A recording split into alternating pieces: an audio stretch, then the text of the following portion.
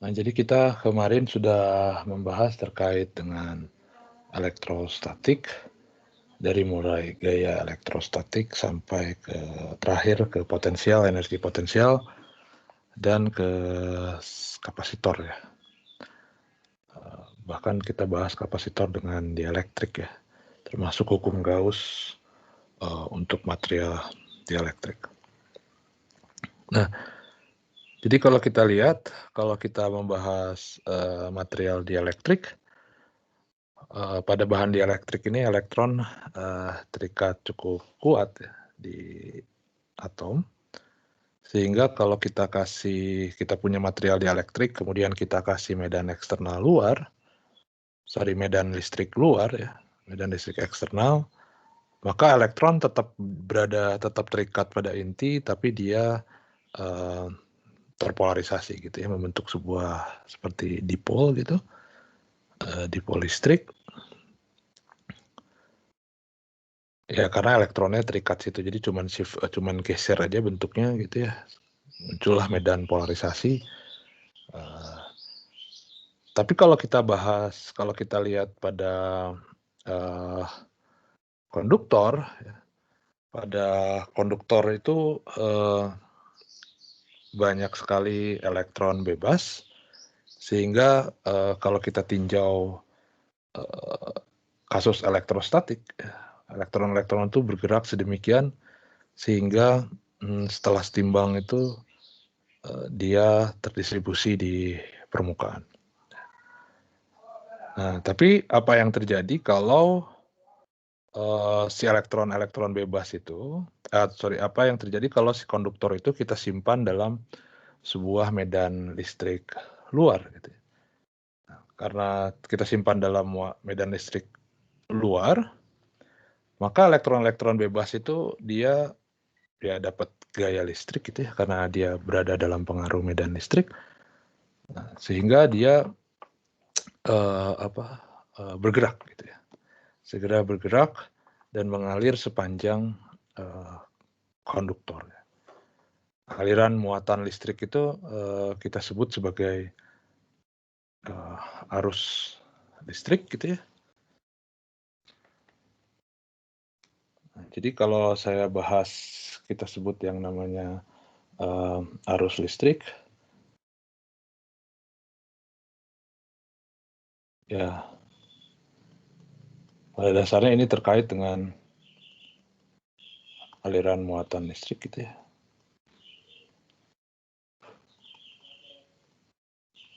Pada sebuah material tentunya. Biasanya kita nyatakan dalam I besar atau I kecil gitu ya. Dia bergantung pada time secara umum. Kita definisikan sebagai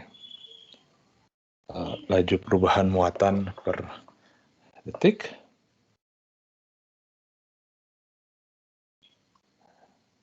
Tentunya satuannya adalah ampere.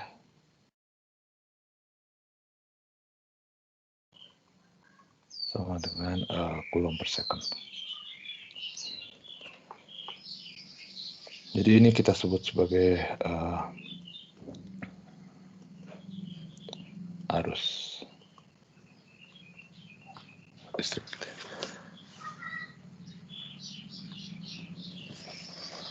Nah, sekarang kita lihat kalau kita bicara suatu material gitu ya, suatu bahan, atau kita sebut saja dia konduktor lah langsung gitu.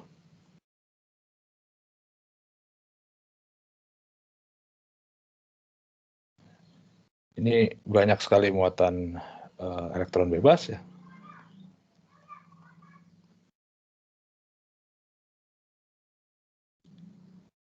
Banyak elektron bebas. Nah, sebanyak apa ya bergantung materialnya tentunya. Bergantung materialnya. Nah, tapi yang jelas kalau saya bayangkan, kalau saya punya suatu konduktor misalkan, sebut aja bentuknya silinder begini.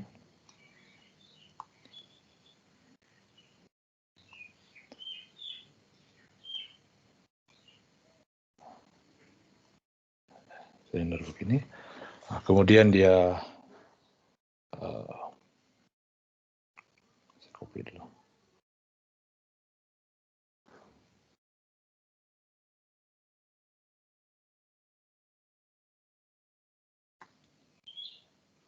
Nah, kita begini.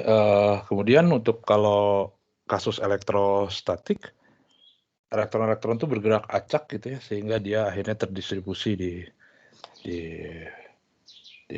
permukaan gitu ya. Akhirnya setelah dia setimbang, jadi ini geraknya acak gitu ya, jadi tidak ada net flow di situ. Sini misalkan. Nah, tapi kalau saya kasih medan eksternal, medan listrik eksternal, saya kasih E gini, misalkan ini adalah medan listrik luar.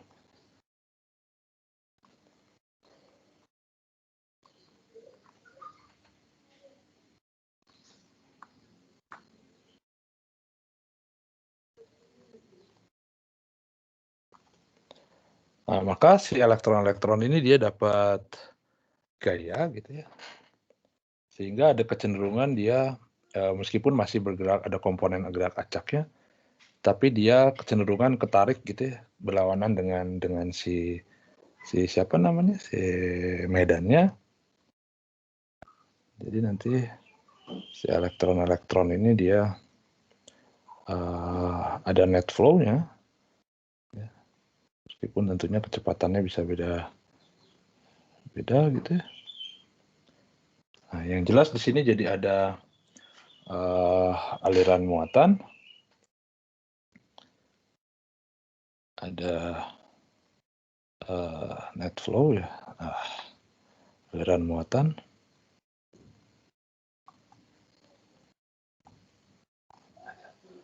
ada aliran muatan. Nah, kalau ada aliran muatan ya maka ada arus listrik gitu ya.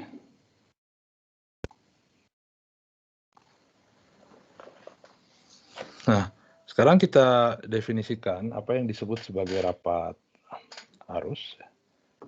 Nah, rapat arus itu adalah suatu vektor yang ya dia menyatakan sebenarnya arah arus listriknya. Nah, ya ini berdasarkan konvensi gitu kan ya. Jadi meskipun yang bergeraknya adalah dalam hal ini kita modelkan adalah elektron gitu, namun definisinya bahwa arus listrik itu mengalir dari potensial tinggi ke potensial yang rendah. Jadi ini kebalikan. Jadi kita definisikan di sini ada rapat arus C. Kita sebut C, sini rapat arus.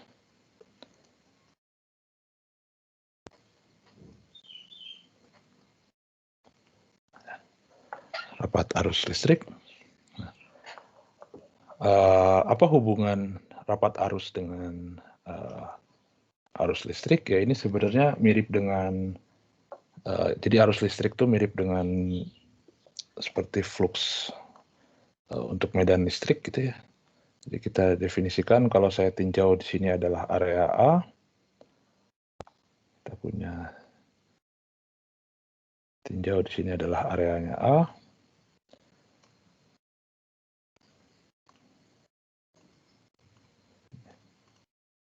Luasnya adalah A. Kita definisikan I arus itu sama dengan integral J dot N. Ya, gitu.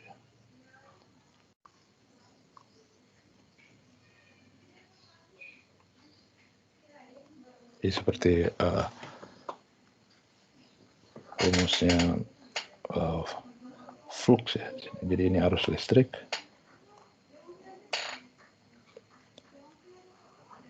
Ini arus listriknya. Ini rapat arusnya. Ini adalah elemen luasnya.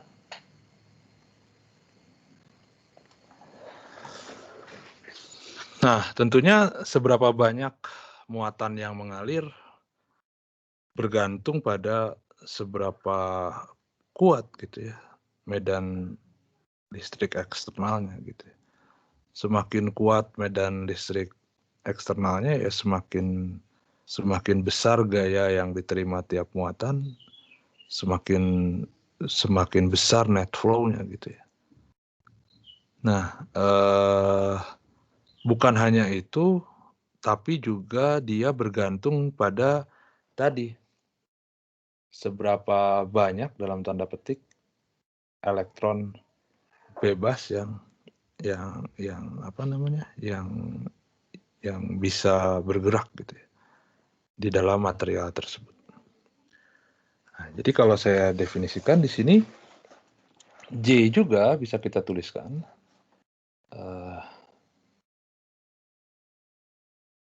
J. Jadi di sini banyaknya muatan yang mengalir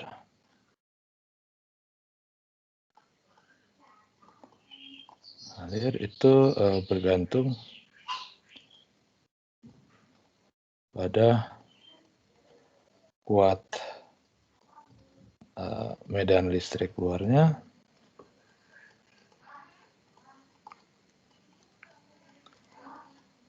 dan ya banyaknya elektron bebas dalam material ya.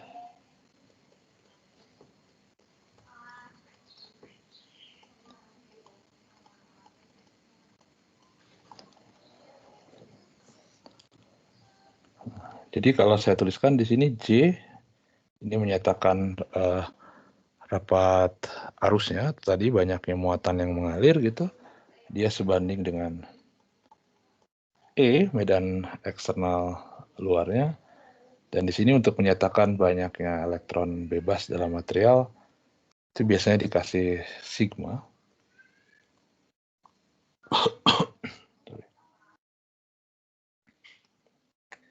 Sigma ini disebut sebagai konduktivitas listrik.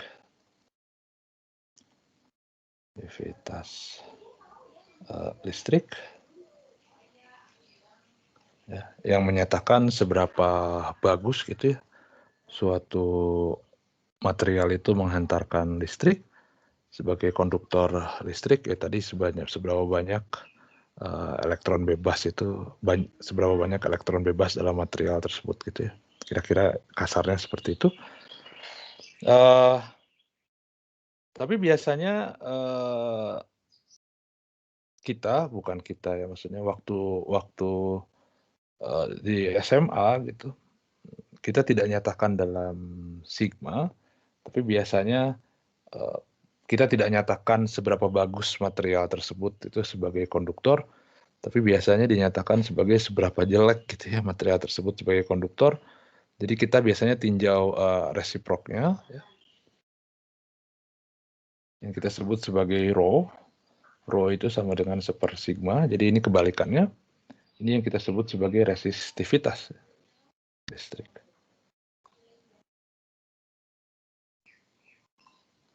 Resistivitas listrik. Ya. Jadi ini kebalik seberapa jelek gitu material tersebut menghantarkan listrik. Jadi kita juga bisa tuliskan di sini J itu sama dengan 1/ρ dikalikan dengan E. Nah, tentunya tidak semua material, tidak semua konduktor itu memenuhi relasi seperti ini, linear bahwa J-nya itu sebanding dengan E. Sekarang banyak material-material unik yang relasi ini tidak terpenuhi gitu ya. Konduktor-konduktor yang memenuhi hubungan ini itu ada namanya, ini kita sebut sebagai konduktor ohmik.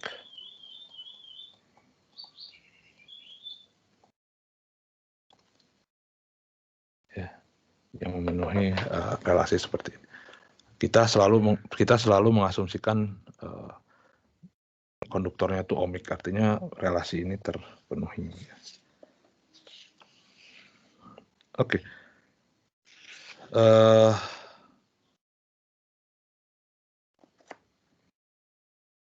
Ada pertanyaan dulu?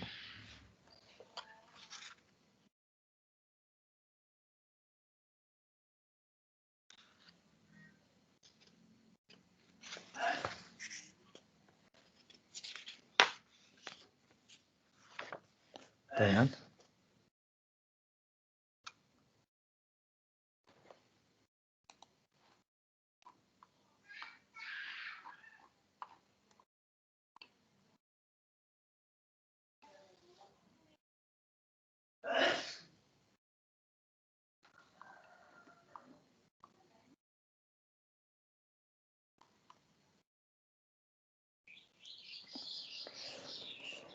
Nah, sekarang kalau kita lihat lagi, ya, kita tinjau misalkan rapat arus yang seragam.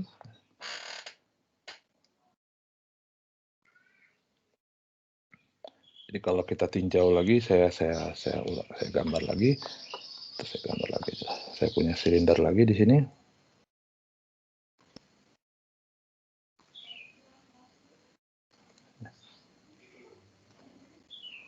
Sebut aja ini misalkan panjangnya adalah L.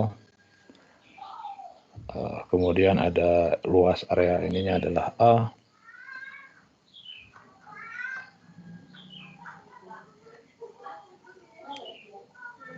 Luas penampangnya adalah A.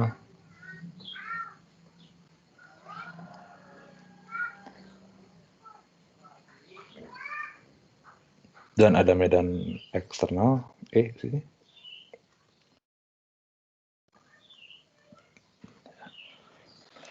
Maka ada rapat arus di sini. Nah, sekarang kalau kita tinjau rapat arus yang seragam, rapat arus yang seragam, dan kita tahu arahnya juga searah dengan normal, ya, maka kalau rapat arus seragam searah dengan normal, kita bisa tuliskan bahwa I itu sama dengan J dikali dA, J-nya bisa keluar, jadi ini sama dengan, saya punya seperti ini, J dikalikan dengan A.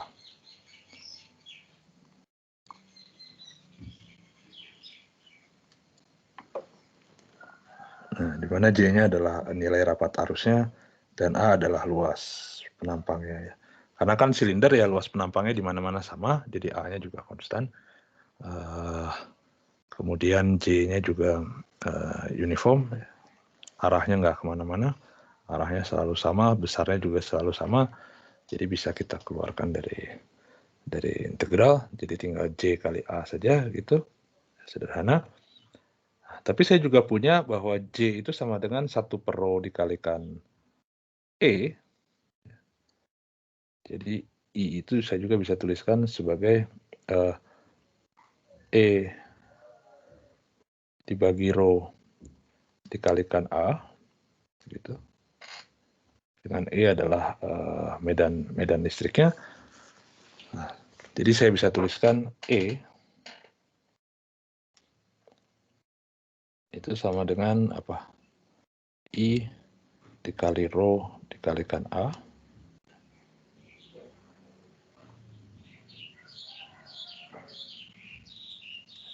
Nah, ini adalah besar medan listrik keluarnya.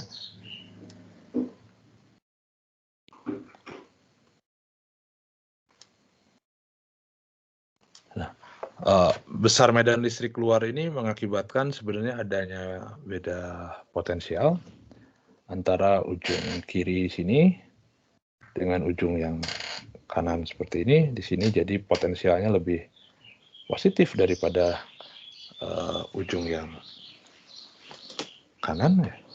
Daripada ujung yang kanan. Dan saya tahu kalau saya hitung beda potensial antara dua keping, dua permukaan ya, antara kiri dan kanan. Kalau kita hitung beda potensial atau tegangan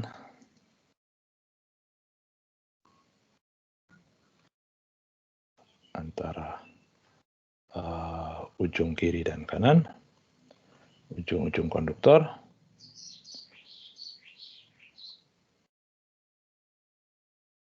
Nah, kalau saya hitung, maka saya sebut aja apa? Delta V gitu. Nah, karena saya modelkan dia pakai keping gitu ya. Dan kita tahu kalau keping itu mana sih? Kapasitor. Ada nggak yang keping sejajar mana?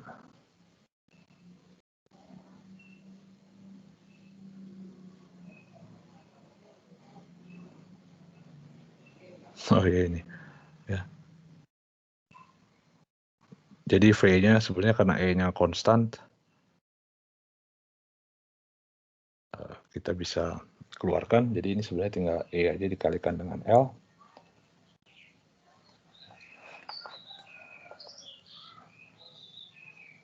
Nah, karena E-nya adalah I rho A, salah kok ya kali L sih. Ini saya terbalik ya. Harusnya rho per A. Nah, ini jadi E kali L. E-nya bisa saya substitusi.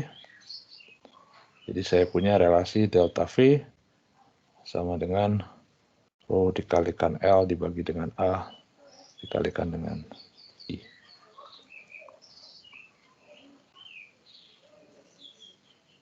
Nah, di sini kita punya relasi antara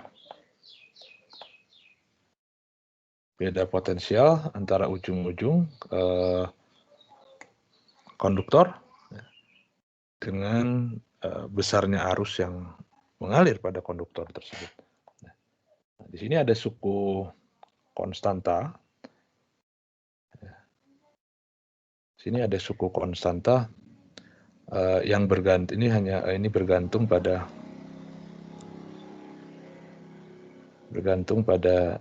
jenis material. Tentunya ada rho-nya di situ. Bentuk sama dan ukurannya. Dan ukuran konduktor. Nah, konstanta kesebandingan ini disebut sebagai R namanya. Ini disebut sebagai R. R itu kita sebut sebagai resistansi. Atau nyatakan dalam omega ya, atau ohm.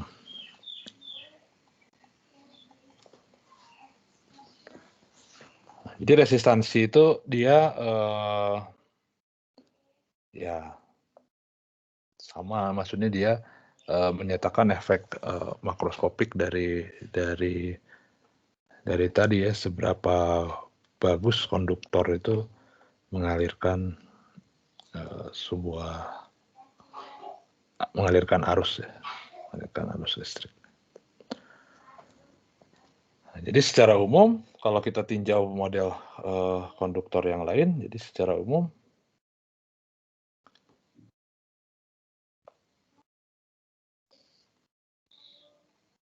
kita punya relasi bahwa delta V beda potensial antara ujung-ujung konduktor itu sama dengan R resistansi dikalikan dengan arus yang mengalirnya. Ini kita sebut sebagai hukum Ohm.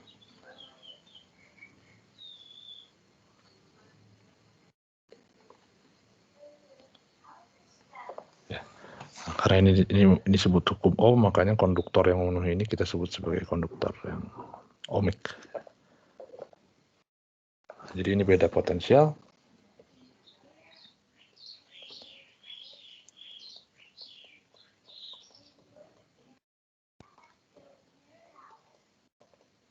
bicara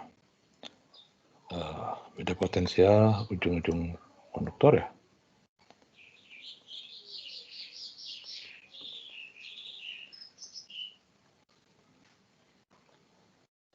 I adalah arus listrik yang mengalirnya.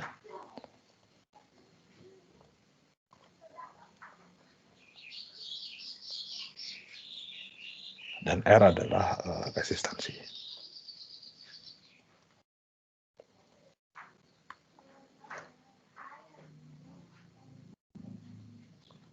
Beda potensial atau tegangan ya, sama aja tadi.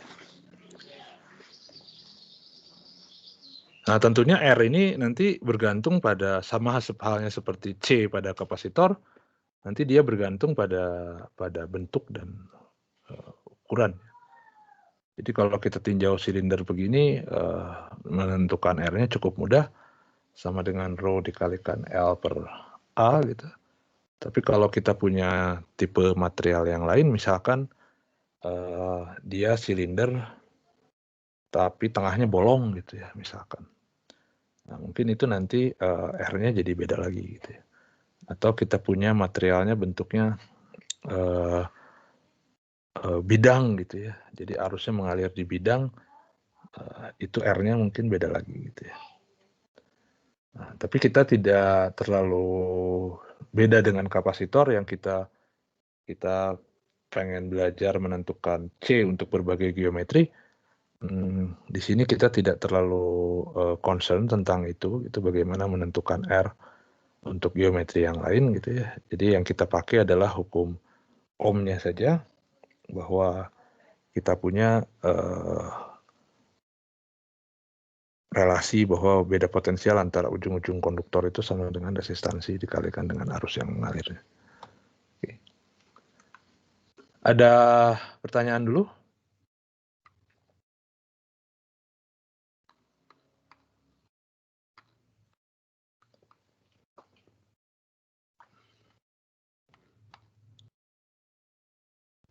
Pertanyaan?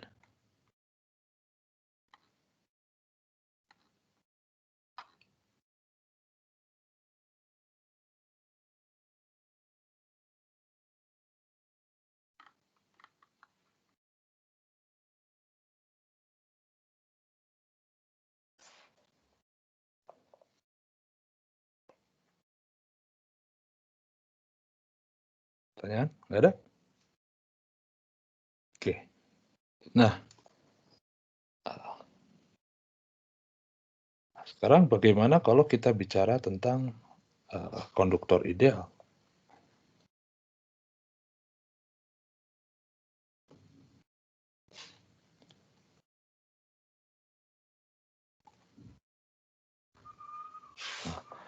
Kalau kita bicara konduktor ideal, berarti dia punya infinite source ya. Jadi infinite source of free electron gitu. Jadi banyaknya elektron bebas itu tak hingga banyaknya gitu ya. Nah, jadi untuk konduktor spesifik, untuk konduktor ideal, kita punya konduktivitasnya. Konduktivitasnya sigma.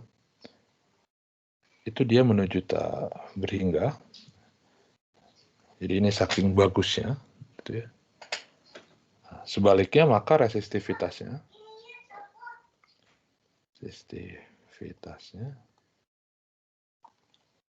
rho itu dia menuju 0. Akibatnya apa? Akibatnya bahwa kalau saya lihat dari hukum Ohm, saya punya delta V itu sama dengan rho L per A tadi dikalikan dengan I. Tidak peduli berapapun besarnya I, tidak peduli berapapun besarnya arus yang mengalir, beda potensialnya itu selalu 0. Karena rho-nya sama dengan 0. Untuk konduktivitas, untuk konduktor ideal. Ya. Nah, jadi kalau saya punya konduktor ideal, misalkan saya punya sebuah konduktor ideal, ini adalah konduktor ideal.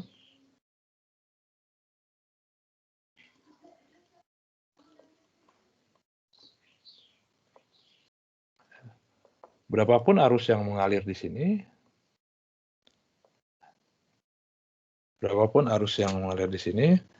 ya, misalkan saya punya sebuah kawat gitu, dia konduktor ideal, berapapun arus yang mengalir di sini, beda tegangan antara ujung ini dengan ujung ini, kalau saya sebut ini titik A, ini titik B, ya, maka beda potensial VA min VB itu selalu sama dengan 0. Atau saya punya jadi VA sama dengan VB. Tidak harus di situ, kalau saya punya titik yang lain, misalkan titik C di sini, ya, dia juga beda potensialnya sama dengan 0. Artinya potensialnya sama. Di sini juga potensialnya sama, di sini potensialnya sama. Jadi sepanjang konduktor ideal, dia itu ekipotensial, ya. Dia memiliki potensial yang sama. Nah, oleh karena itu, daripada saya boros simbol sebenarnya, makanya untuk konduktor ideal, biasanya kita tidak gunakan dua titik yang berbeda di sini. Kita gunakan titik, nama titiknya sama gitu ya. Jadi kalau di sini titik A, di sini juga titik A, di sini juga titik A, di sini juga titik A, untuk menunjukkan bahwa objeknya itu, maksudnya bahwa potensialnya itu sama gitu. Jadi titik ini tuh menunjukkan kalau saya punya dua titik dikasih label yang sama, itu menunjukkan bahwa dua titik tersebut punya potensial yang sama. Artinya beda potensialnya sama dengan 0, atau tegangannya sama dengan 0. Oke. Nah,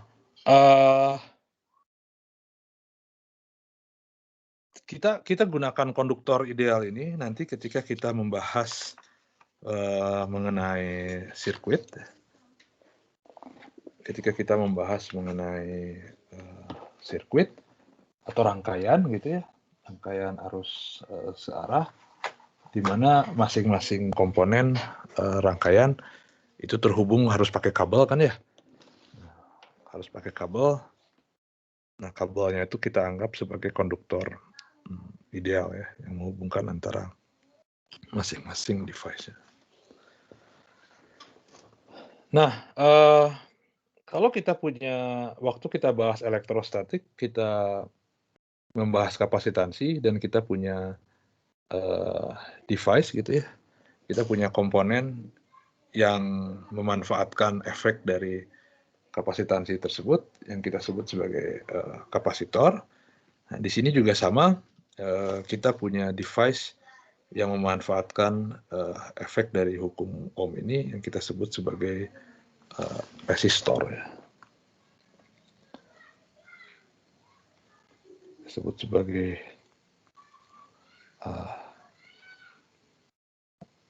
resistor. Ya, resistor ini pada dasarnya adalah sebuah objek yang dia memenuhi hukum Ohm. Jadi kalau saya punya, biasanya lambangnya begini.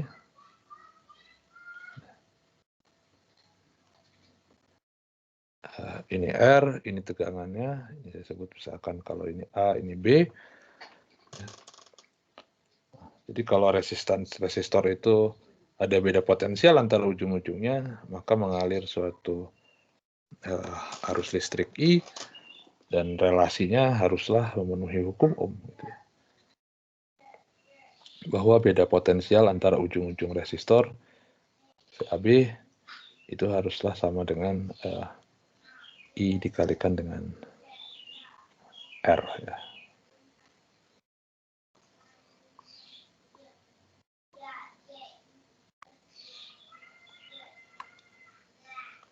Ini adalah beda potensial atau tegangan antara ujung.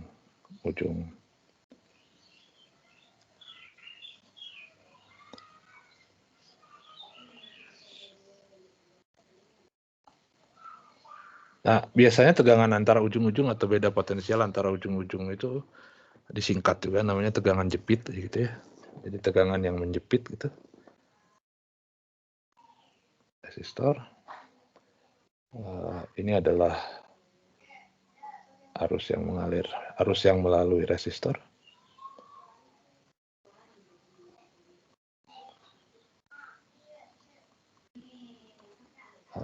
Dan R tentunya resistansi. Bukan resistan, ya resistansi benar. Apa tadi namanya? Iya benar resistansi. Resistansi atau hambatan ya.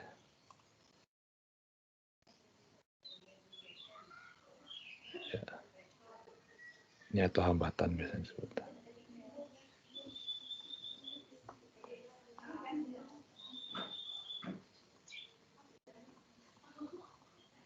Atau beban biasanya disebut. Load. Nah,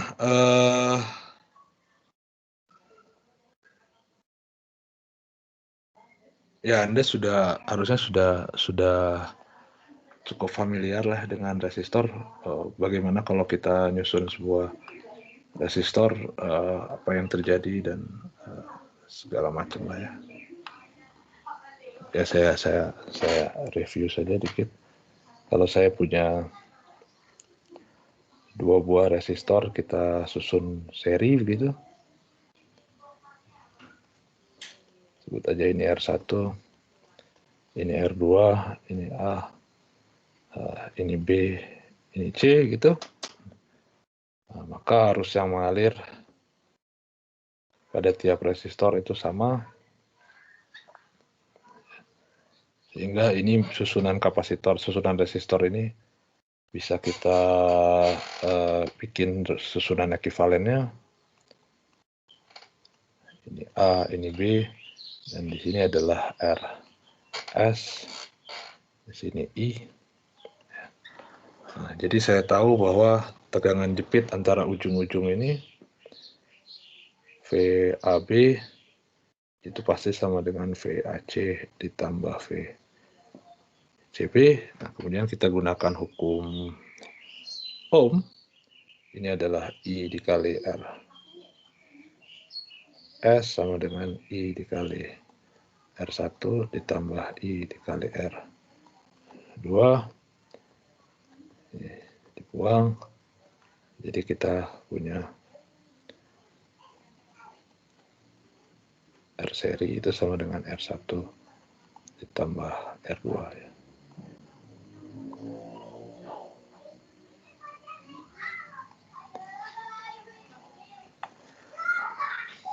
Kemudian kalau paralel sama juga, ini susunan seri.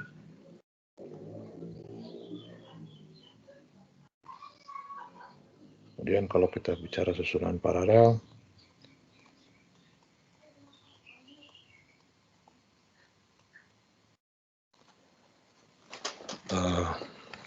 kita punya apa? Jadi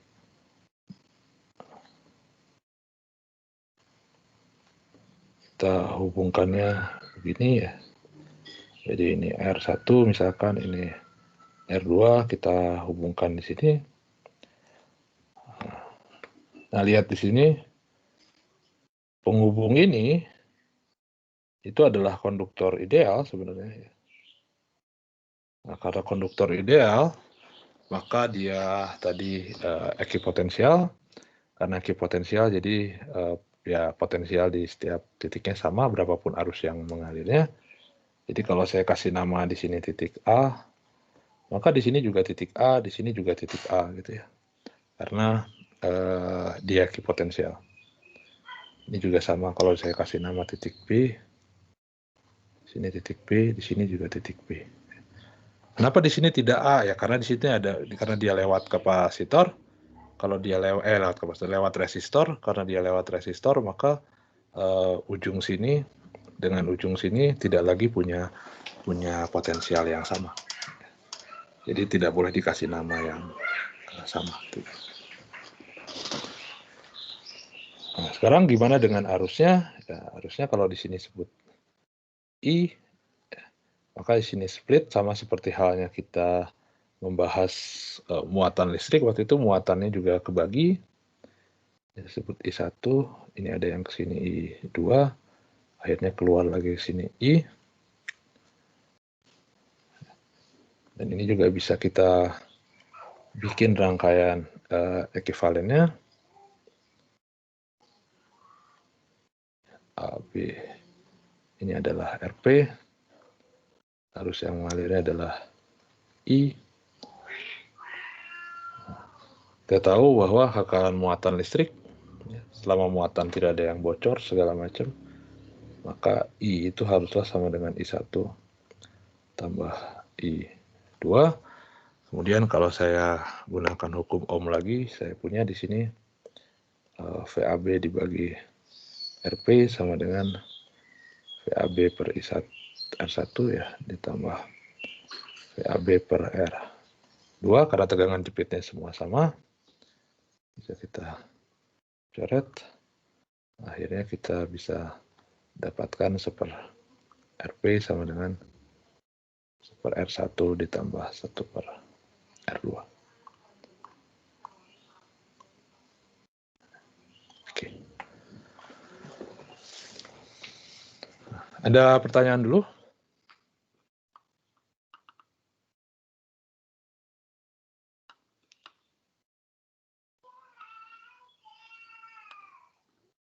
Nah, kalau kita bicara 3 atau lebih kapasitor, ya kalau semuanya seri, berarti tinggal dijumlahkan semua. Kalau semuanya paralel, tinggal dijumlahkan, tinggal di resiprok ya, gitu, terus dijumlah.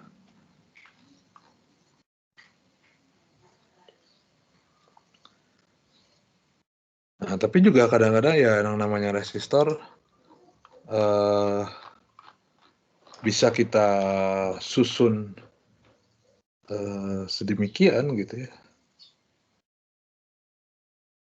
sehingga misalkan saya ambil contoh di sini.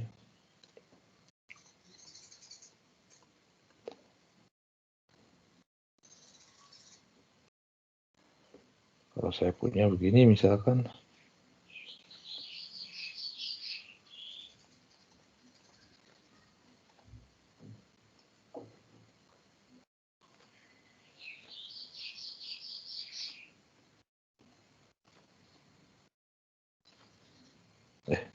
ya ini R3-nya di sini lah.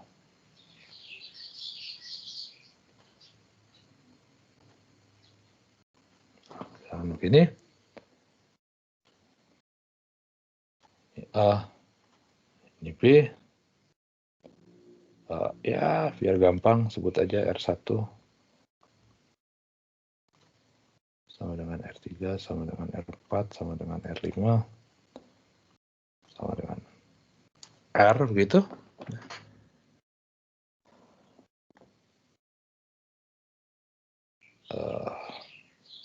Kita bikin gini aja lah, biar seru. Ini R3, ini R4, ini R5, ini R6, R6 sama dengan R. Nah, sekali lagi sama, kita bisa bikin rangkaian ekivalennya di sini. A, ini B, ini kita sebut sebagai rangkaian R ekivalennya. Nah, pertanyaannya misalkan berapa R ekivalen tersebut gitu ya. Nah, kita bisa lihat di sini. Nah, kita asumsikan saja bahwa misalkan VA lebih besar daripada VB ya. Jadi ada arus mengalir dari A ke B gitu. Kalau saya gambarkan di sini ada I, sini ada I gitu. Kemudian dia split ke sini. I, sini ada I. Kemudian kembali ini I1. Ini 2 karena split, dia balik lagi ke sini. Nah, jadi bisa dilihat di sini. Di sini juga bisa saya kasih nama kalau mau. Titik ini saya sebut titik C, misalkan titik ini saya sebut titik D, Dan tentunya titik ini adalah titik P, ini titik E, ini titik F, gitu ya. Untuk menunjukkan titik-titik yang berbeda di situ. Nah, sekarang kalau saya lihat R1 dengan R2, R1 dengan R2 karena dia dilalui dengan arus yang sama, maka secara umum ini adalah seri. Maka kita punya R1 itu seri dengan, ini saya tuliskan notasi ya, R ekivalen. Jadi di sini R1 itu seri dengan R2. Kemudian R5 dengan R6 juga seri karena arusnya sama ya, sama-sama I1. Nah, di sini sama-sama I1 arus yang ngalirnya. Jadi R5 dengan R6 juga seri. Ini juga seri. Ini juga seri. Nah, sekarang hubungan rangkaian gabungan R5, resistor gabungan R5, R6 dan R3, R4 itu karena dia dialiri dengan arus yang berbeda, yang satu I1, satu I2, maka dia paralel. Nah, kemudian gabungan totalnya itu seri lagi dengan yang ini. Ini bisa saya tuliskan ditambah R5, R6 seri. Kemudian dia paralel dengan R3, R4. Nah, jadi kalau saya hitung, saya punya di sini adalah 2R ditambah 2R paralel dengan 2R. Kalau Pak, di sini saya punya 2R ditambah 1/2R sama dengan 2/2R sama dengan 1/R. Jadi saya punya 2R ditambah R sama dengan, jadi angka yang totalnya adalah 3R.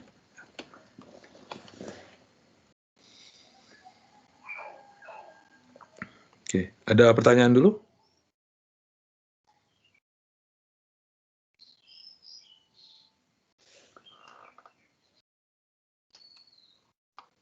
Pertanyaan?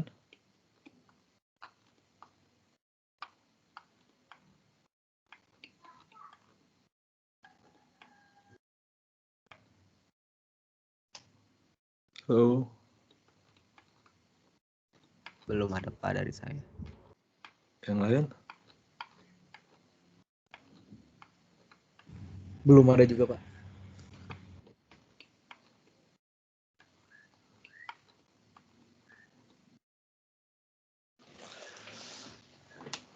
Oke, nah sekarang kita lihat contoh berikutnya. Misalkan saya punya struktur apa namanya? Saya punya bentuk yang mirip, misalkan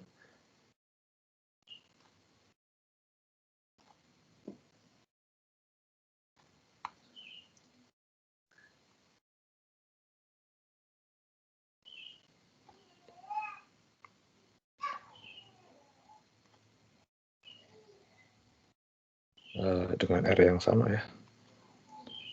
Ini saya copy ya. Kita lihat dua kasus yang berbeda.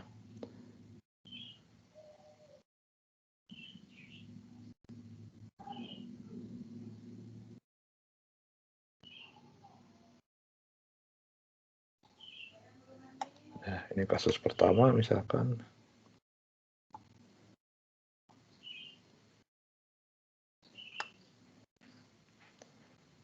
Ini R1 tadi ya. 3, 4, 5, 6. Ini A, ini B.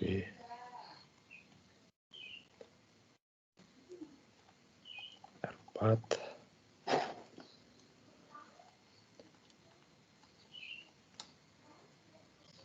A, B. Oke. Mana tadi C-nya? Ini C. Ini D. Ini E. Ini F.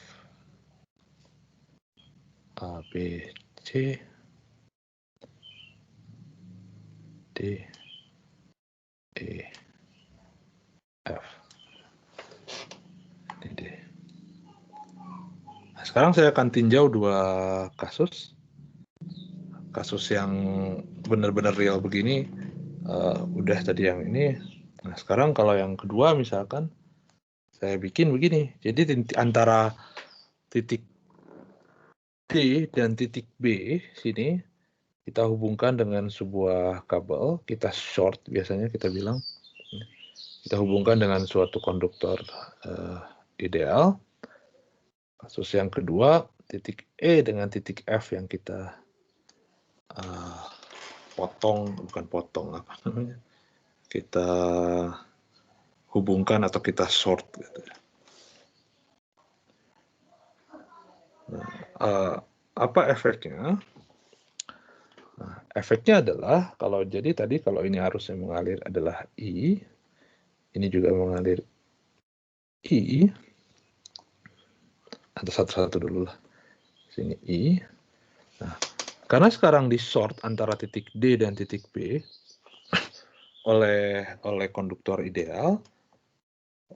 Tadi kalau konduktor ideal tuh dia apa namanya, ekipotensial ya, artinya setiap titik bisa kita kasih label yang sama, artinya beda potensial antara dua titik tersebut sama dengan 0. Sekarang karena saya short, maka titik D itu punya potensial yang sama dengan titik B, maka ini bisa saya ganti, tidak lagi pakai titik D, tapi saya ganti jadi titik B di sini. Artinya beda potensialnya sama. Berarti sekarang tegangan jepit yang ini, tegangan jepit yang R5 dengan R6, itu adalah sama dengan 0. Jadi tegangan jepit di sini itu adalah VBB sama dengan 0. Tegangan jepit yang ini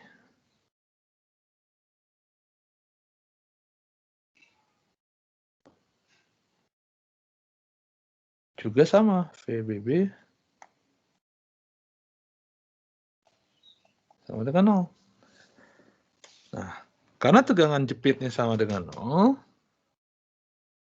dari hukum Ohm di sini, karena resistansinya ada kan ya, dia ada resistansi, ada R1, ada R3, ada R4, ada R5, ada R6 di atas. Maka kalau delta V-nya 0, R-nya nggak 0, maka satu-satunya kemungkinan adalah I-nya yang 0. I-nya yang 0. Jadi di sini, itu akhirnya tidak ada arus yang lewat. Jadi tidak ada arus yang lewat di sini.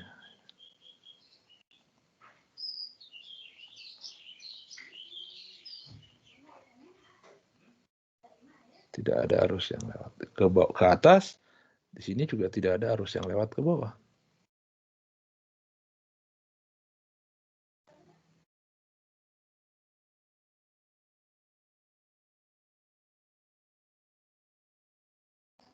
Tidak ada arus yang lewat ke bawah. Tidak ada arus yang lewat atau tidak ada yang lewat. Nah, sehingga setelah dia nyampe ke sini, ke percabangan ini, I, dia tidak bercabang ke atas ke bawah, dia lanjut aja ke sini I. Dia lanjut ke sini I, dia lanjut ke sini I. Artinya, zuhur dulu bentar ya.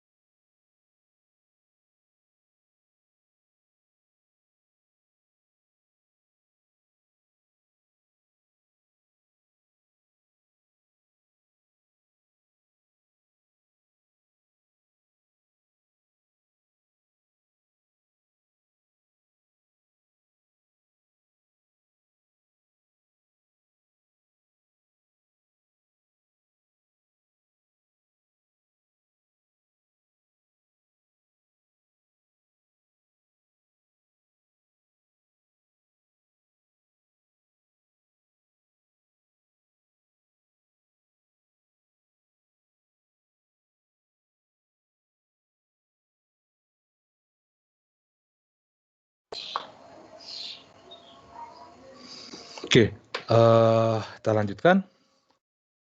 Karena tadi tidak ada arus yang lewat ya ke atas dan ke bawah karena tegangan jepitnya sama dengan 0. Nah, jadi kita bisa abaikan sebenarnya rangkaian atas dan rangkaian bawah, sehingga di sini R ekuivalennya itu tinggal yang ini aja, yang depan aja jadi. Ini tinggal sama dengan R1 ditambah dengan R2.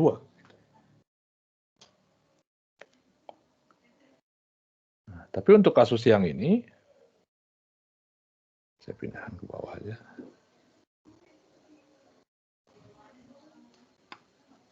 Ini saya hapus.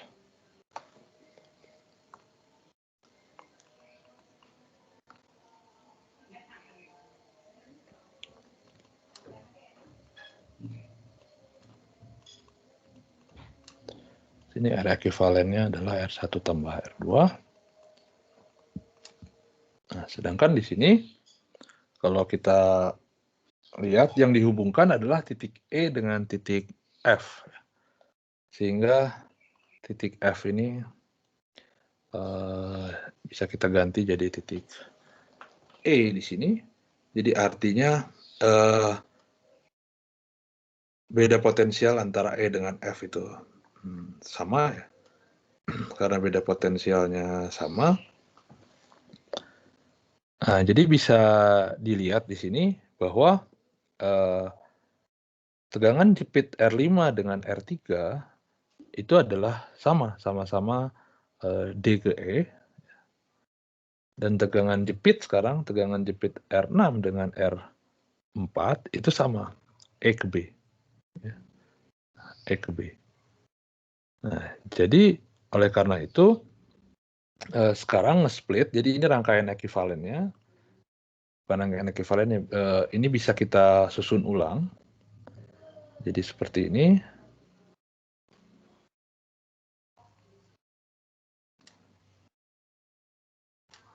Nah, ini R1, ini R2.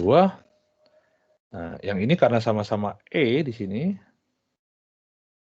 ini bisa kita hubungkan. Nah, karena ini E juga di sini, kita tarik dari sini, ini juga E di sini.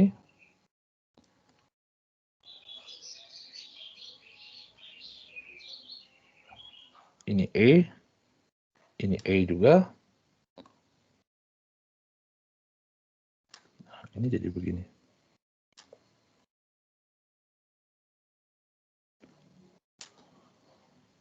Jadi ini A, ini B, ini E sekarang, ini E, ini E, E, ini E, ini E. R5, R3, R6, R4.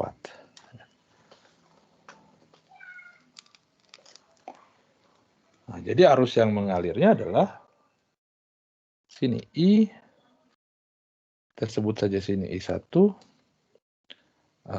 ini I2 nge-split, kemudian gabung lagi ke sini, ini I, kemudian split lagi di sini, misalkan ini I3, ini I4, ini gabung lagi I. Gitu. Nah, jadi rangkaian ekuivalennya, resistansi ekuivalennya adalah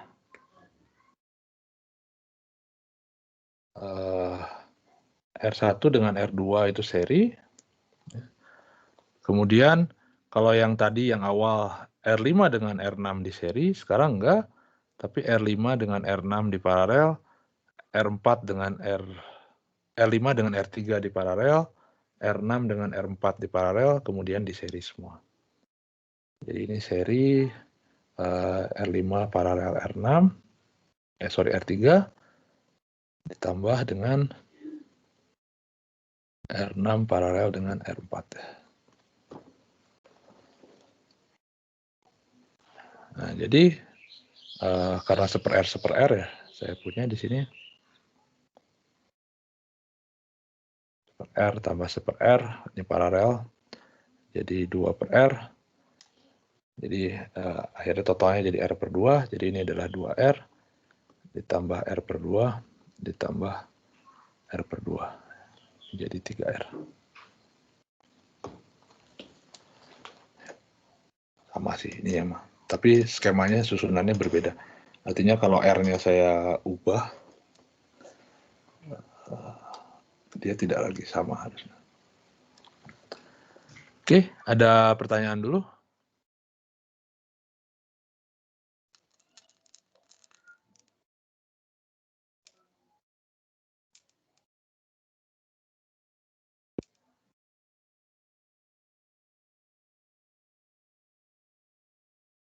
Pertanyaan?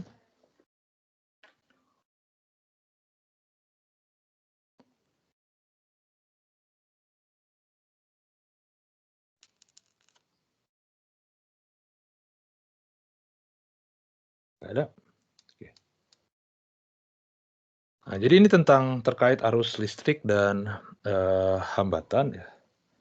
Sekarang kita akan bahas mengenai rangkaian arus arah.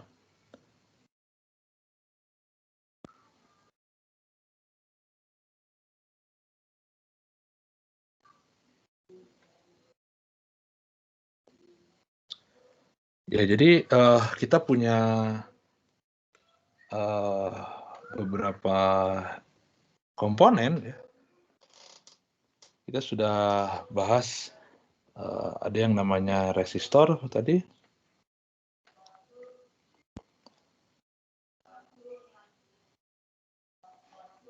Sini A, ini B, ini R. Tegangan jepitnya itu adalah R dikalikan I.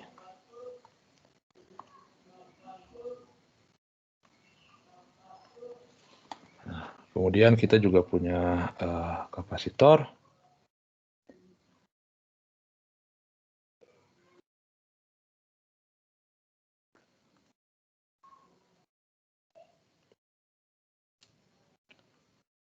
Sini A, sini B, ini C, di mana tegangan jepitnya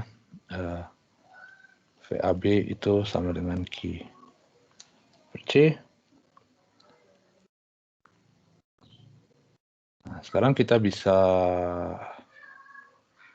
hubungkan gitu ya, antara kedua, ya maksudnya antara komponen-komponen ini menggunakan konduktor ideal, ya, kabel yang merupakan konduktor ideal. Dan satu lagi, tentunya kita perlu sumber tegangan ya, yang akan mengenerate beda potensial antara dua titik tersebut. Jadi di sini ada sumber tegangan searah.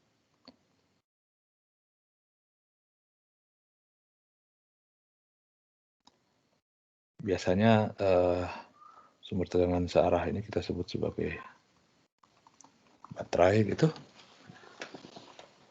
Kita kasih ini saja. Ini A, ini B. Nah, beda potensial antara A dan B-nya ini jadi ada GGL. GGL adalah apa namanya? Beda potensial yang di generate-nya, dan biasanya dia punya R itu adalah internal resistance ya, resistansi dalam. Jadi ini disebut sebagai GGL. GGL adalah sumber tegangannya, nilai tegangannya kalau tidak ada arus yang lewat, dan R ini adalah resistansi internal ya. Resistansi internal. Nah, jadi apa relasinya? Yang panjang ini biasanya dia potensialnya positif, ini potensialnya negatif ya. Nah, jadi kalau saya hitung beda potensialnya, nah, kalau ada arus yang mengalir di sini, misalkan ada arus yang mengalir di sini dari A ke B, maka beda potensialnya memenuhi hubungan ini. VAB itu sama dengan GGL-nya di arus tuh ngalir dari positif ke negatif ya. Saya ganti aja. Arusnya misalkan dari sini. Ini I-nya ke sini. Jadi beda potensialnya sama dengan tegangan jepitnya sama dengan GGL minus I dikalikan R.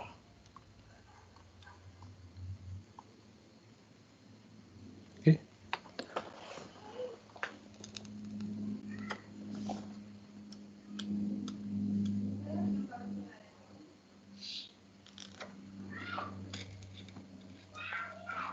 Nah, jadi kalau resistor adalah I kali R, kapasitor adalah Q per C. Kalau sumber tegangan searah atau baterai itu adalah GGL minus I kali R.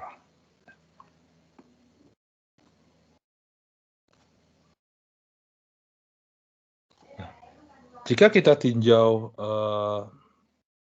resistor ideal, baterai ideal,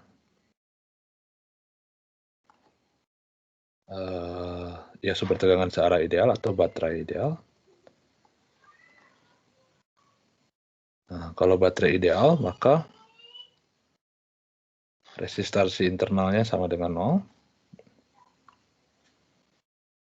Jadi kalau ini sama dengan 0, jadi artinya berapapun arus yang mengalir, ya, maka VAB-nya itu sama dengan GGL. Berapapun arus yang mengalir. Ini tegangan jepit baterai.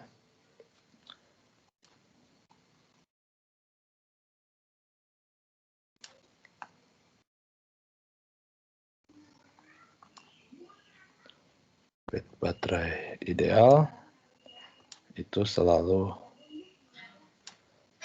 sama dengan GGL-nya.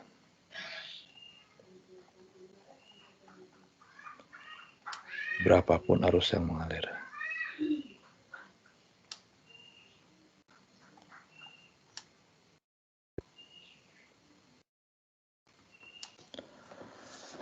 Oke. Nah, jadi sekarang kita buang dulu yang kapasitor karena nanti kapasitor agak rumit ya pengerjaannya. Jadi sekarang kita akan tinjau rangkaian arus searah yang terdiri dari resistor dan baterai aja gitu ya. Sementara nanti kita baru setelah kita lihat antara dua ini baru nanti kita lihat kalau kita gabungkan dengan kapasitor.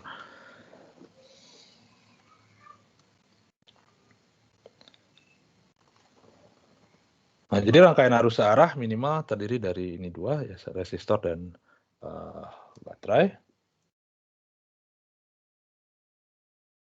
Nah, jadi tentunya ini rangkaian yang paling sederhana.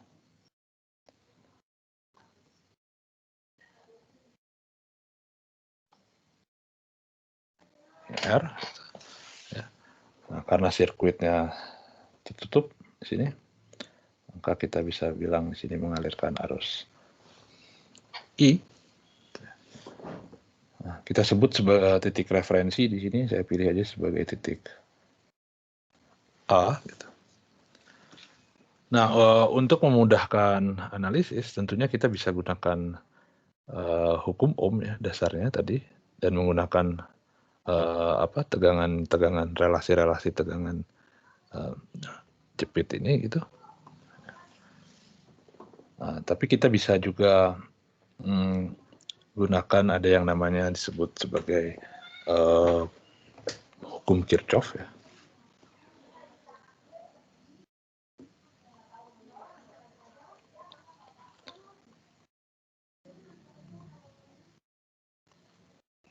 R-nya tinggalan.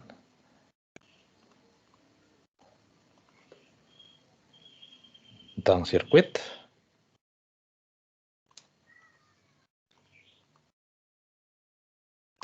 rangkaian. Yang pertama disebut ada yang dikenal sebagai KCL. KCL itu adalah hukum Kirchhoff tentang arus. Hukum Kirchhoff tentang arus itu bilang kalau saya punya suatu titik A gitu ya, kemudian titik ini ada percabangan, di sini ada arus yang masuk, ada arus yang keluar. Dia bilang bahwa jumlah arus yang masuk harus sama dengan jumlah arus yang keluar.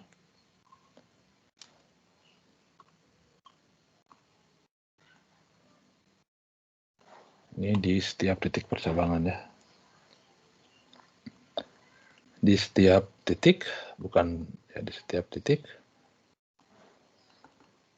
jumlah arus yang masuk harus sama dengan jumlah arus yang keluar. Nah, kemudian yang kedua ada yang namanya KVL.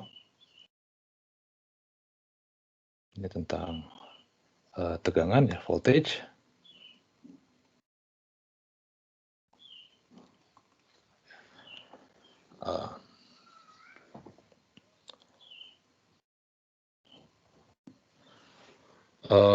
Tegangan jepit untuk suatu rangkaian tertutup itu sama dengan 0.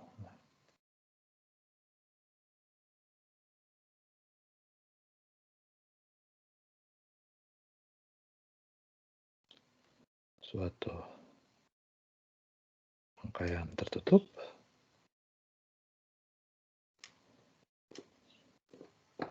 ini kita sebut sebagai loop biasanya, rangkaian atau jalan tertutup itu selalu sama dengan 0. Artinya V dari A ke A itu sama dengan 0.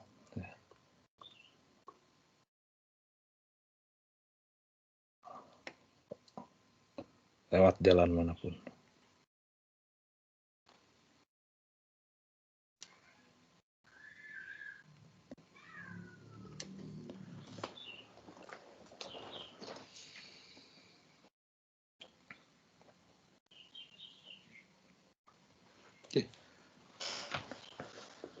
Nah, sekarang kita akan bahas sedikit terkait dengan konvensi.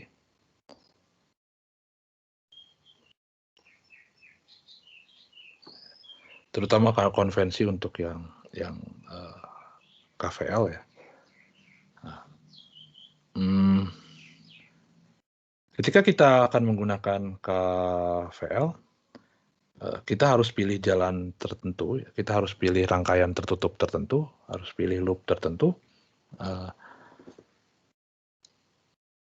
Di sini konvensinya pertama untuk arus. Jadi kalau saya punya, ini adalah rangkaian, kemudian ini ada arus yang mengalir ke sini, gitu ya. Ini sirkuitnya. Kemudian kita pilih jalan tertentu. Kalau saya pilih jalannya itu searah dengan arusnya, maka di sini I-nya itu positif. Kalau saya pilih kebalikan, maka I-nya itu negatif. Nah, kemudian yang kedua untuk baterai, jadi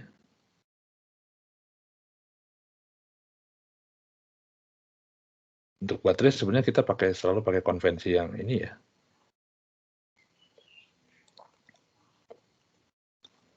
Nah, jadi kalau saya punya begini, ini A, ini B, ingat ini adalah positif negatif. Jadi kalau saya jalan ke sini,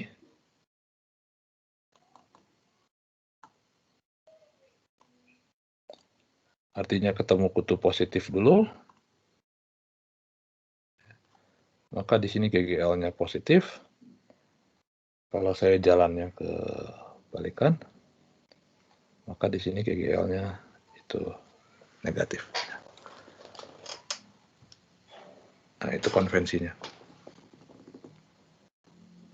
Nah, makanya di sini ketika saya VAB itu sama dengan GGL minus I kali R, berarti kan saya sebenarnya pilih jalannya ke sini. Nah, kalau saya pilih jalannya ke sini, dia ketemu kutub positif dulu, makanya GGL-nya positif. Dan karena kita asumsikan arusnya itu ke kiri, sedangkan kita pilih jalannya ke kanan, maka I-nya negatif di sini. Ada tanda minusnya.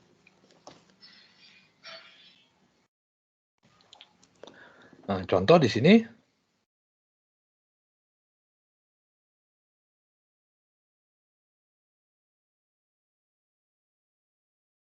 kalau saya tinjau sirkuit yang ini, copy.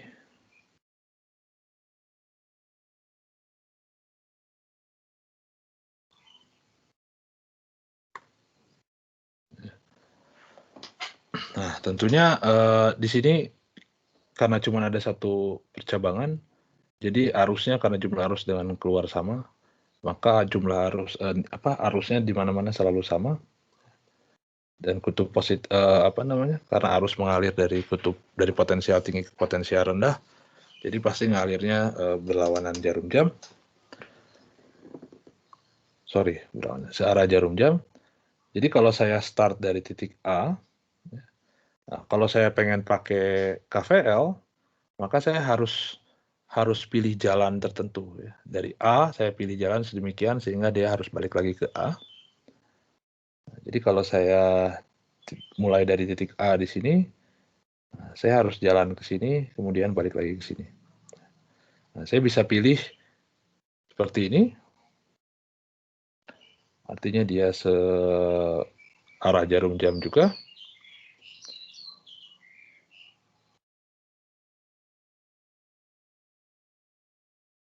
Atau saya bisa pilih sebaliknya. Saya jalannya ke sini. Sampai juga akhirnya di A. Oke, kita lihat apa bedanya.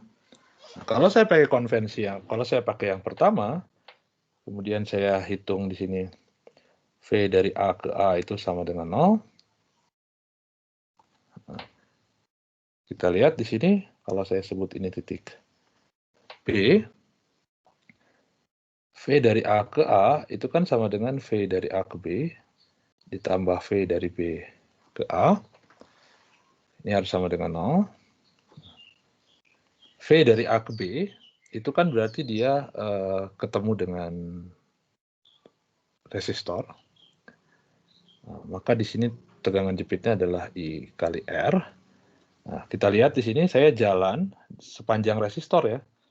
Saya jalan searah dengan I. Karena saya jalan searah dengan I, maka I-nya positif. Maka di sini adalah I kali R.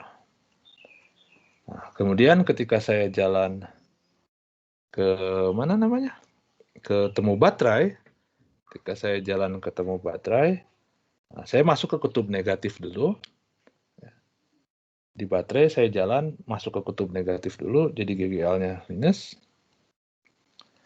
Nah, karena ada resistansi dalam dan saya jalan searah dengan I, maka di sini ditambah I kali R sama dengan 0. Saya geser dikit.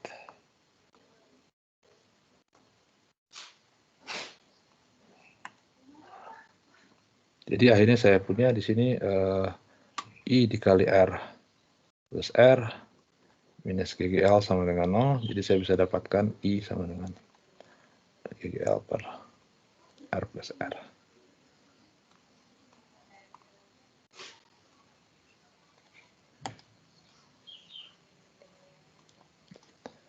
Nah, tentunya sama dengan yang ini juga sama, VAA sama dengan 0, sama dengan, nah karena saya jalannya dari sini, ini titik B, maka saya punya VAB ditambah VBA sama dengan 0. Tapi lihat di sini, ketika saya jalan dari VAB, karena saya jalannya berlawanan jarum jam sekarang, VAB-nya itu bukan lagi ketemu resistor, tapi saya ketemu baterai sekarang. Jadi saya ketemu baterai, ketemu kutub positif dulu, maka saya punya di sini GGL. Karena saya berjalan berlawanan arah dengan arus yang mengalir, di sini minus I kali R, ditambah, nah BA juga sama, BA ketemu resistor. Karena di resistor saya jalan berlawanan dengan arus, maka di sini plus, jadi minus ya. Minus I kali R sama dengan 0. Jadi saya punya GGL minus I R plus R sama dengan 0. Akhirnya saya dapatkan I yang sama ya. GGL dibagi R. Plus R juga. Nah, jadi tidak ada masalah kita pilih jalan yang mana. Asalkan kita konsisten pakai konvensinya, harusnya kita akan dapatkan hasil yang sama. Ada pertanyaan dulu?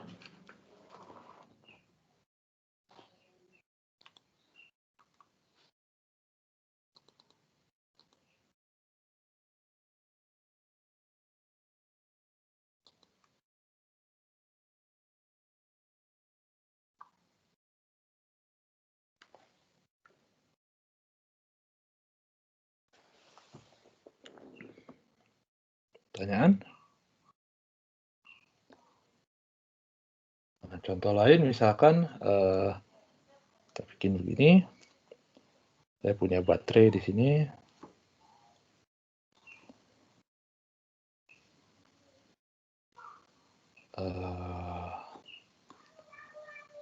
Ini ada resistor. Ini ada baterai. Ini resistor.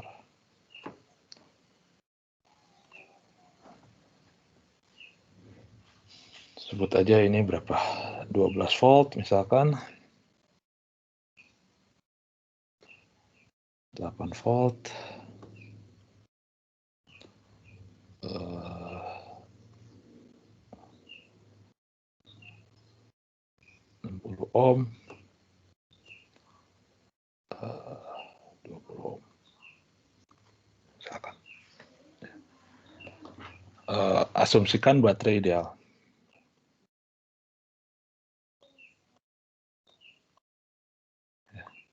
Tidak ada resistansi internal. Nah, sekarang kalau begini gimana? Tentunya kalau tidak ada baterai 8 volt, itu pengerjaannya cukup mudah karena 60 dengan 20 jadi tinggal di paralel gitu. Tapi kalau begini karena ada baterai, jadi pengerjaannya agak berbeda. Saya sebut saja ini titik A, ini titik B misalkan. Nah, untuk menggunakan KVL di sini ada percabangan ya. Kalau ada percabangan berarti kita perlu menggunakan Kirchhoff untuk yang arus, yang KCL. Nah, di sini kalau saya misalkan arusnya adalah I, dan di sini misalkan adalah I1, maka arus yang mengalir ke sini haruslah I plus apa namanya? Arus yang di sini apa harusnya? Yang keluar sama dengan yang masuk adalah I, yang keluar adalah I1, maka di sini I min I1 ya.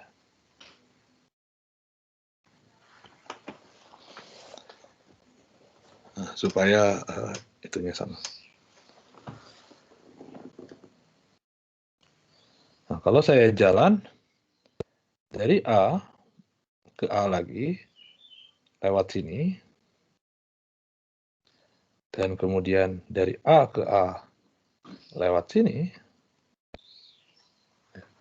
nah, jadi di sini saya sebut sebagai ini loop 1, dan ini adalah loop 2. Jadi kalau kita hitung di loop 1, VAA itu sama dengan VAB ditambah VBA sama dengan 0. Nah, karena saya jalan di sini berlawanan jarum jam, ketika saya jalan VAB, saya ketemu dengan dengan baterai. Karena saya masuk ke kutub positif dulu, maka positif di sini plus 12 ditambah VBA. VBA saya ketemu baterai dan saya ketemu resistor. Ketika saya ketemu baterai, saya ketemu kutub negatif dulu. Jadi sini minus 8. Ketika saya ketemu resistor, saya jalan di resistor. Di sini lihat loop 1, saya berlawanan dengan arah arus yang saya asumsikan. Asumsinya kan saya arusnya ke bawah, sedangkan arus saya jalannya ke atas. Jadi minus juga di sini. I minus I1 arusnya dikali 20 sama dengan 0. Nah, saya bisa sederhanakan. Jadi berapa tuh? 4 minus 20I plus 20I1 sama dengan 0. Bisa saya bagi 4 semua ya. Jadi saya punya minus 5. Atau saya punya 5I plus 5 minus ya. Sama dengan 1. Nah, kita punya persamaan dari loop 1. Kemudian kita jalan dari loop 2.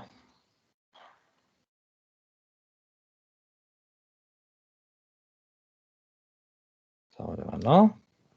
Nah, sekarang ketika saya jalan VAB, saya ketemu resistor. Dan di resistor bisa dilihat, saya jalan searah dengan arus ya, pas di resistor. Jadi akhirnya positif. Di sini saya punya 60 I1, terus yang mengalirnya adalah I1. Terus VBA. Nah, VBA juga saya jalan kebalik, ketemu kutub negatif dulu. Jadi minus 8 minus 20 I1 sama dengan 0. Kita bisa sederhanakan. Jadi 20 plus jadi 80 I1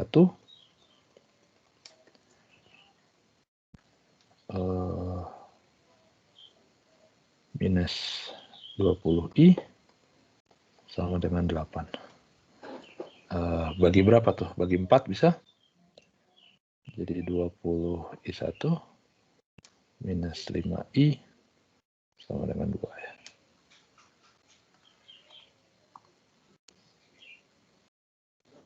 Nah, sekarang saya punya seperti ini. Nah, dari sini kita bisa cari. Jadi saya punya sistem persamaan dua variabel. Saya bisa cari I dan saya bisa cari I1 ya.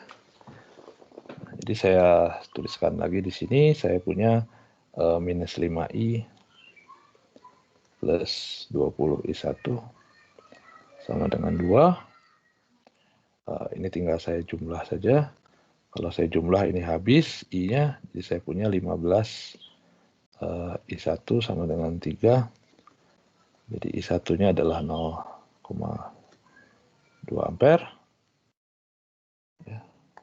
Kalau I1-nya 0,2 ampere, berarti saya tinggal substitusi balik. Jadi I-nya juga berapa? I-nya jadi berapa tuh? 0,4 ya.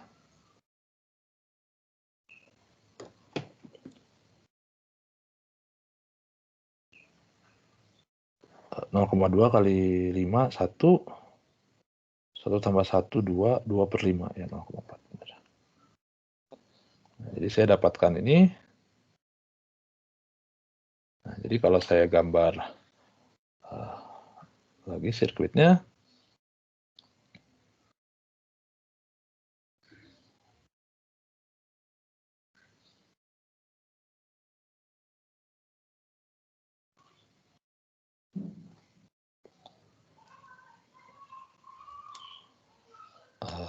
Di sini 12 volt, di sini 8 volt, di sini 60 ohm, 60 ya. Di sini 20 ohm. Jadi arus yang ngalir di sini adalah 0,2 ampere, 0,4 ampere. Ke sini adalah 0,2 ampere dan ke sini adalah 0,2 ampere. Nah, sekarang Anda bisa cek kalau saya pengen ngitung berapa sih beda potensial antara AB. Jadi kalau saya hitung beda potensial antara A dan B misalkan.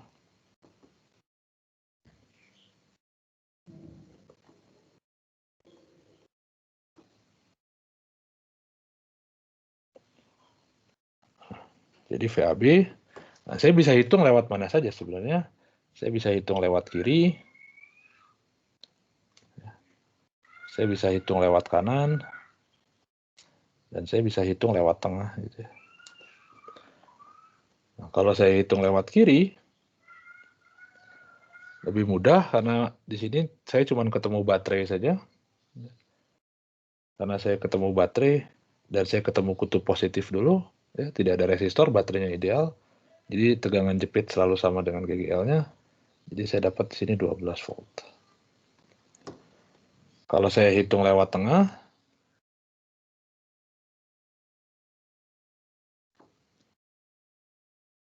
maka saya ketemu baterai, kutub positif, atau saya ketemu resistor.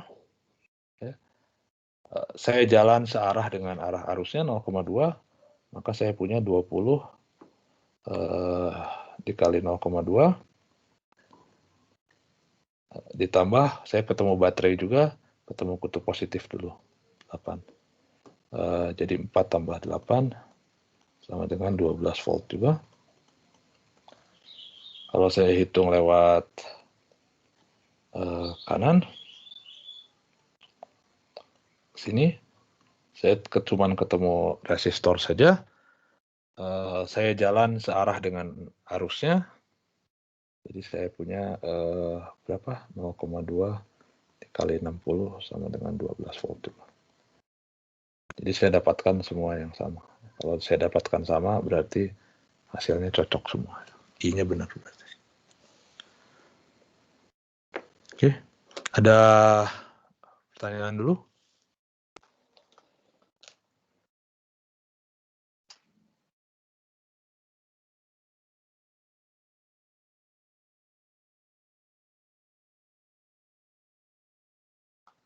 Pertanyaan? Mau nanya Pak. Ya. Kan kalau di rangkaian loop itu kadang biasanya ada soal yang di ground gitu ya Pak ya, ada kayak simbol Ya, di apa sih? ground. Nah itu gimana Pak konsepnya? Ground itu sebenarnya dia cuman reference point saja ya. Jadi kalau saya punya objek, misalkan seperti ini, gitu, kayak rangkaian yang tadi, ini saya copy aja.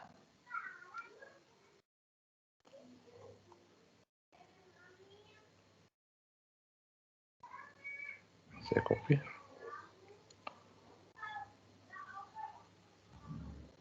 Nah, seperti ini. Kemudian skemanya kan sama seperti ini. Ini B. Ups, ini B. Kemudian B saya ground. Itu kan maksudnya ya. Ini ground. Ground ini sebenarnya dia berfungsi sebagai referensi. Sama ketika kita membahas potensial, kita butuh referensi. Kalau waktu itu kita potensial ngebahas referensinya di Tahingga, nah ini ground ini dipilih sebagai referensi. Nah, kalau suatu titik saya ground, maka potensial titik tersebut itu sama dengan 0. Jadi di sini artinya VB sama dengan 0.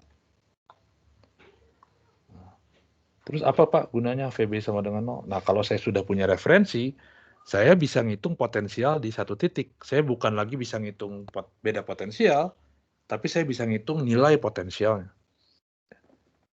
Jadi artinya kalau di sini saya ground, VB-nya sama dengan 0, dan saya tahu bahwa VAB itu sama dengan VA min. VB itu sama dengan 12 volt tadi, saya hitung. Nah, jadi karena VB-nya sama dengan 0, karena saya ground, ini karena di ground,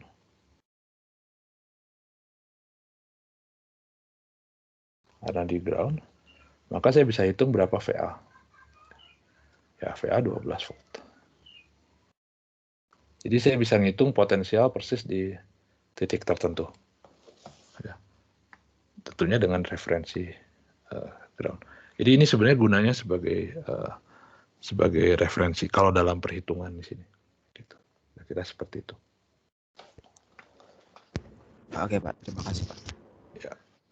Ada lagi pertanyaan?